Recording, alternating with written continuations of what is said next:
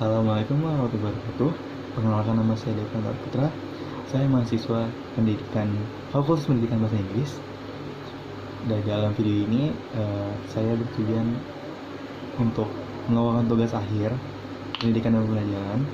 Jadi saya hari ini akan menjelaskan tentang apa itu motivasi. Apa itu motivasi? Motivasi adalah penggerak dari perilaku yang menggerakkan seseorang untuk mencapai suatu tujuan. Di dalam motivasi, ada daya-daya yang menggerakkan individu, ada arah dari tindakan yang dilakukan individu, dan ada tujuan yang ingin dicapai oleh individu. Karena itu, motivasi biasa disebut juga sebagai determinan dari suatu tindakan. Para ahli menyebutkan bahwa determinan tersebut bisa bersifat biologis, bisa bersifat psikologis, dan bisa berupa situasi dari lingkungan atau objek. Dan sekarang menuju ke teori motivasi. Para ahli memiliki pandangan yang beragam tentang motivasi. Teori motivasi juga adalah pandangan tentang determinan yang menggerakkan perilaku. Dan berikut ini adalah pendapat para ahli tentang motivasi. Yang pertama, teori motivasi William McDougall. Teori motivasi dari William McDougall adalah teori insting. Teori ini meyakini bahwa insting adalah penggerak dari perilaku individu. McDougall merinci insting manusia sampai ada 18 insting. Pandangan teori insting sebenarnya banyak dipengaruhi oleh tokoh evolusi seperti Charles Darwin, bahwa insting merupakan kecenderungan bawaan atau genetis. Insting yang menggerakkan individu. Teori ini umumnya digunakan untuk menjelaskan tentang perilaku agresi. Perilaku agresi menurut teori insting lebih didasarkan karena dorongan genetis menyerang dalam rangka survival atau pertahanan diri. Sayangnya, tidak semua perilaku manusia bisa dijelaskan dengan teori insting sehingga muncul pandangan lain. Yang kedua, ada teori motivasi Clark Leonard Hull. Teori motivasi dari Clark ini biasa dikenal dengan teori drive. Determinan yang menggerakkan perilaku bersifat biologis dan bertujuan untuk memulihkan keadaan atau homeostasis. Teori drive digunakan untuk menjelaskan perilaku seseorang yang sedang lapar. Rasa lapar membuatnya bergerak mencari makan, dan sesudah makan, maka kondisi tenang kembali. Selanjutnya ada teori motivasi oleh David McClelland.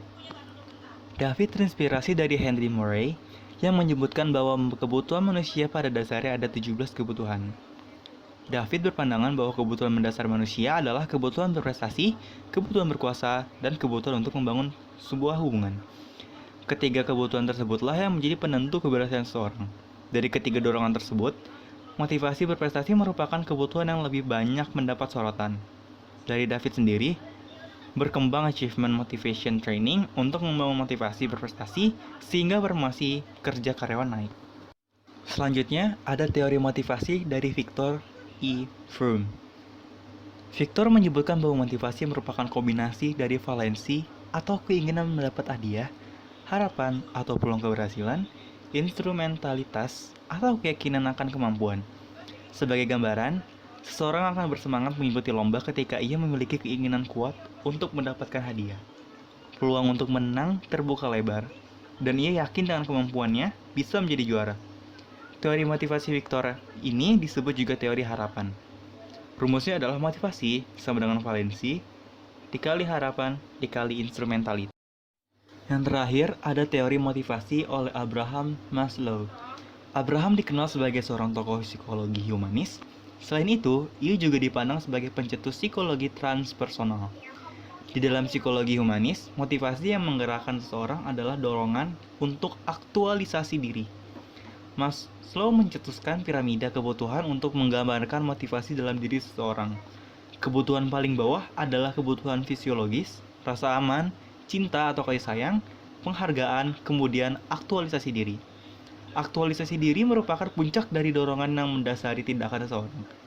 Dalam perkembangannya, Abraham Maslow menambahkan meta kebutuhan atau kebutuhan spiritual di atas piramida kebutuhan yang dibuatnya. Sekarang aku akan menjelaskan kenapa sih pentingnya motivasi. Karena motivasi adalah peranan penting untuk menggerakkan suatu individu untuk meraih suatu tujuan. Dan tujuan motivasi itu sendiri adalah untuk memenuhi kebutuhan secara pribadi dan memenuhi target dalam kebutuhan berkelompok. Dalam kajian psikologi pendidikan, motivasi memiliki peranan penting dalam proses pencapaian belajar siswa selain kecerdasan, minat, bakat, sikap, dan faktor eksternal. Dan yang terakhir adalah pengukuran motivasi.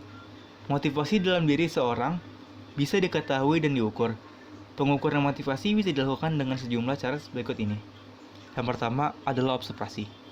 Untuk mengetahui tingkat motivasi seorang, bisa dilakukan dengan observasi. Sejauh mana misalnya seseorang tampak sigap, cepat, serius, aktif ketika bekerja. Mereka yang memiliki motivasi tinggi tampak serius dan cepat dalam bekerja. Yang kedua, wawancara. Cara berikut ini untuk mengetahui tingkat motivasi seseorang adalah dengan wawancara. Wawancara dilakukan untuk mengetahui sejauh mana pencapaian yang mereka lakukan dalam bekerja atau berprestasi-prestasi yang pernah diraih. Mereka yang bekerja memenuhi target atau memiliki prestasi yang baik berarti motivasinya tinggi. Teknik wawancara ini umum digunakan saat wawancara seleksi kerja. Yang terakhir adalah psikotes. Psikotes bisa juga digunakan untuk mengetahui tingkat motivasi seseorang. Umumnya, yang digunakan adalah tes kepribadian. Dengan tes kepribadian ini, seseorang akan dilihat need dalam dirinya dan seberapa kuat need tersebut.